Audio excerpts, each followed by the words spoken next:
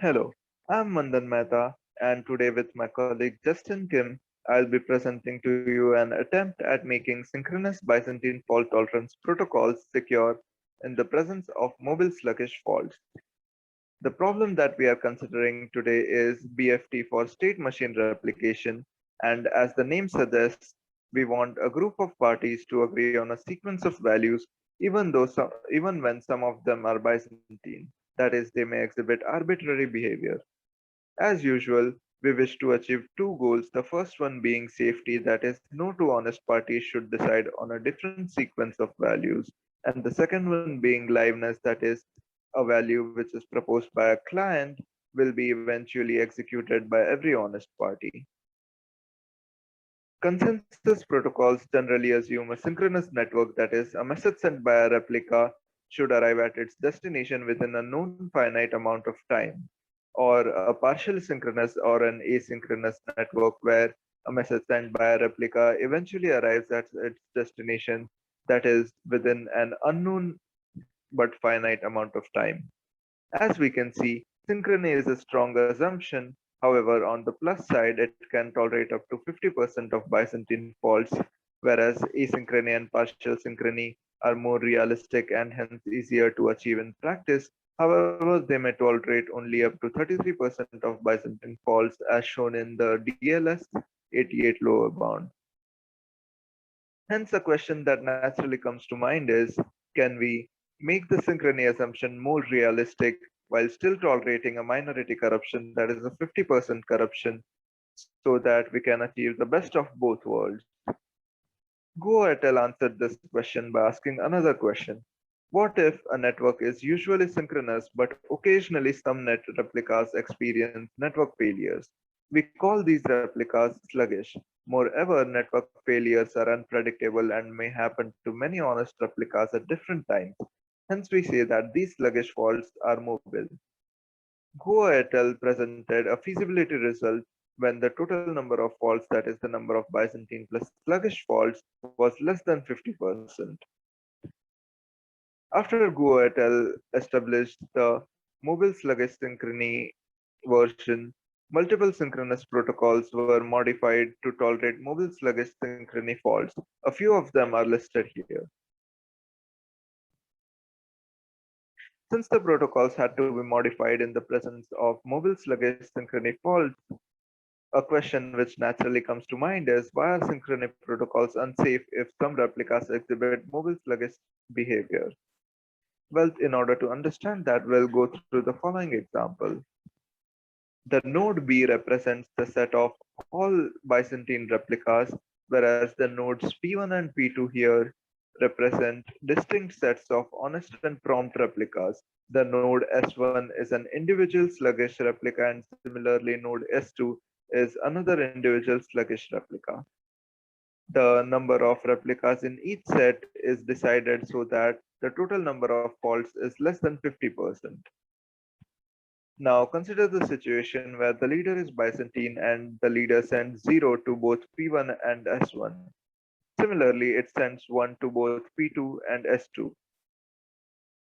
Since this is an all-to-all communication, the replicas P1 and S1 now know 0 and P2 and S2 now know 1, and they will forward this message to all the replicas. Now note that S1 receives 0 from all Byzantine replicas as well as all replicas in P1, and similarly S2 receives 1 from all Byzantine replicas as well as all replicas in P2. However, since S1 and S2 are sluggish, some of the messages are delayed and S1 does not receive any message from P2 and S2, as well as S2 does not receive any message from P1 and S1. Hence, S1 and S2 do not detect any equivocation. However, since P1 and P2 are sets of honest and prompt replicas, they quickly detect equivocation through the exchange of messages, and hence they won't commit anything. Hence, P1 and P2 are set of replicas that don't commit anything. However, S1 ends up committing 0 and S2 ends up committing 1. This is a violation of safety, and hence synchronous protocols fail to work in the presence of mobile sluggish faults. I'll now hand it over to Justin, who will briefly explain the problem and a high-level overview of our solution. So how can we convert synchronous protocols so that they tolerate mobile sluggish faults? So a key observation we made is that if some replica R receives a message from a quorum of F+1 replicas, then within delta time, all honest and prompt replicas will receive the same message as well, assuming it was sent in all-to-all communication. So what does this mean? Replica R receives F+1 messages before time t.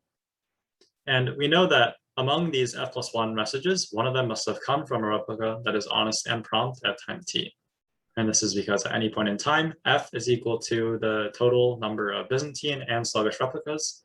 So any group of F+1 replicas will always have at least one honest and prompt replica at any time. Now let's consider what this honest and prompt replica did. So this replica sent a message to R, but it also sent a message to everyone because it broadcasted this message. And this means that at time t plus delta, all honest and prompt replicas will have received M.